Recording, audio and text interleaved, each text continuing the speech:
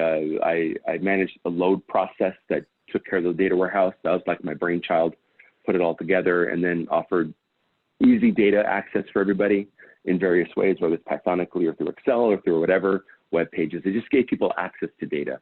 So that was kind of where I was for 7 years. And then they had a workforce reduction back in August of 2019. What was it? And I was out of. So let me just, when you left the data integrity supervisory position and you went to work, you know, kind of back in, you know, in an asset management type, like you said you wanted to get back into things.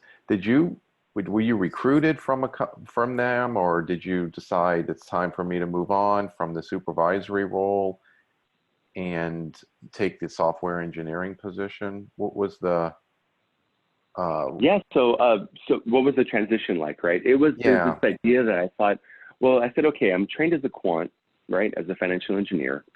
I did that at Goldman, and that was where I had, you know, sort of the fusion of my best traits, right? All my programming skill, my mathematical background, and then just my knowledge of finance. It was kind of all put together, and it was a great synergy. And I'm around scientists too, so they're all like me. And then when I go to the data integrity side, it was just regular people, college kids doing data entry stuff, and there wasn't really anything exciting or challenging about that. Got it. So you just kind of languish. And no disrespect to the firm, it was just the role was just not right for me ultimately. Even though I could do it, it just wasn't right for me. So at one point, I was looking for opportunities, but you can't do that at night or call anybody because everybody's gone for the day, right? So I go to work, come home, look for a job. I realized I can't do that, so I resigned and took some time off, and came across an HR person at the company that I then later worked for, and he was great. He and I had a sort of talking relationship while I was going through this process. And even so, before I resigned, I had managed to get a hold of him. And so he said, well, we don't have any positions right now, but, you know, let me see what I can do. We'll just keep in touch. So at one point I let him know that I had resigned, and he said, well, okay, now Mike's on the market.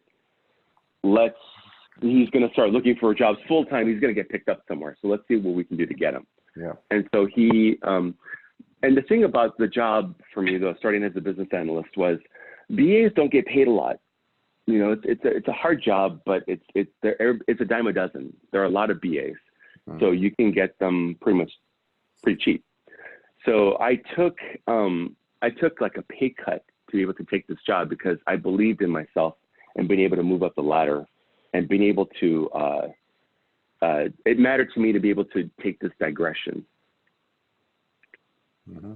So for me, go ahead. Yeah, no. So it sounds like you ended up in the role that you wanted. You worked there 7 years, so this is pretty recent. It's you started there in 2012, and you said that they were having some workforce reductions. What did you know they were coming, or was it a surprise? Like, describe the situation that you were faced with when they were going through those reductions. So they had told us that there were some cost reductions we needed to do, you know, to manage ourselves a little better. So that was back in 2019. I would say that was probably back in like maybe July, maybe June. And we're like, okay, that's fine. And then in August, they had said, you know,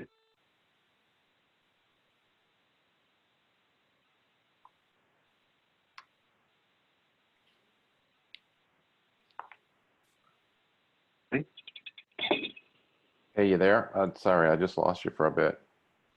There we go. Can you hear me? Yep. You were saying, Okay. I lost you where you said in July of 19, and then they shared that there were going to be some reductions, and then August came around. Yeah, and they gave us a week's notice basically for it. So imagine people are just on edge for an entire week. And so we don't know who it's going to be or what. I didn't think it was going to be me. I thought I was a very productive software engineer. I mean, I ran a lot of vital processes. Stable as they were, I still maintained them. You know, that was my role. And so I thought, no, I'm pretty critical of the company. but that's no guarantee. Maybe I'm too expensive. Who knows? But they ultimately announced it and then cut us, and they laid off a lot of IT folk. And so I was part of that. Out of 100 people, 20 were cut. And that was pretty deep for us. And at that point, it was 20% of the workforce. Wow, is it 100 employees in your group or the whole company? The whole company. Wow. My team though was a lean group of we were a special group of quant guys, quant developers, to assist the portfolio managers, since they're the ones who do all the modeling.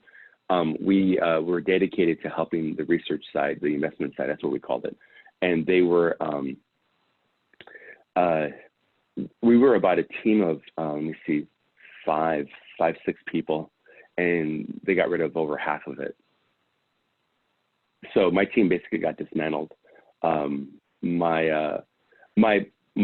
CTO had resigned earlier for personal reasons earlier in the year, and so my boss became the CTO, was promoted to being CTO, and then his group got pretty much stripped out.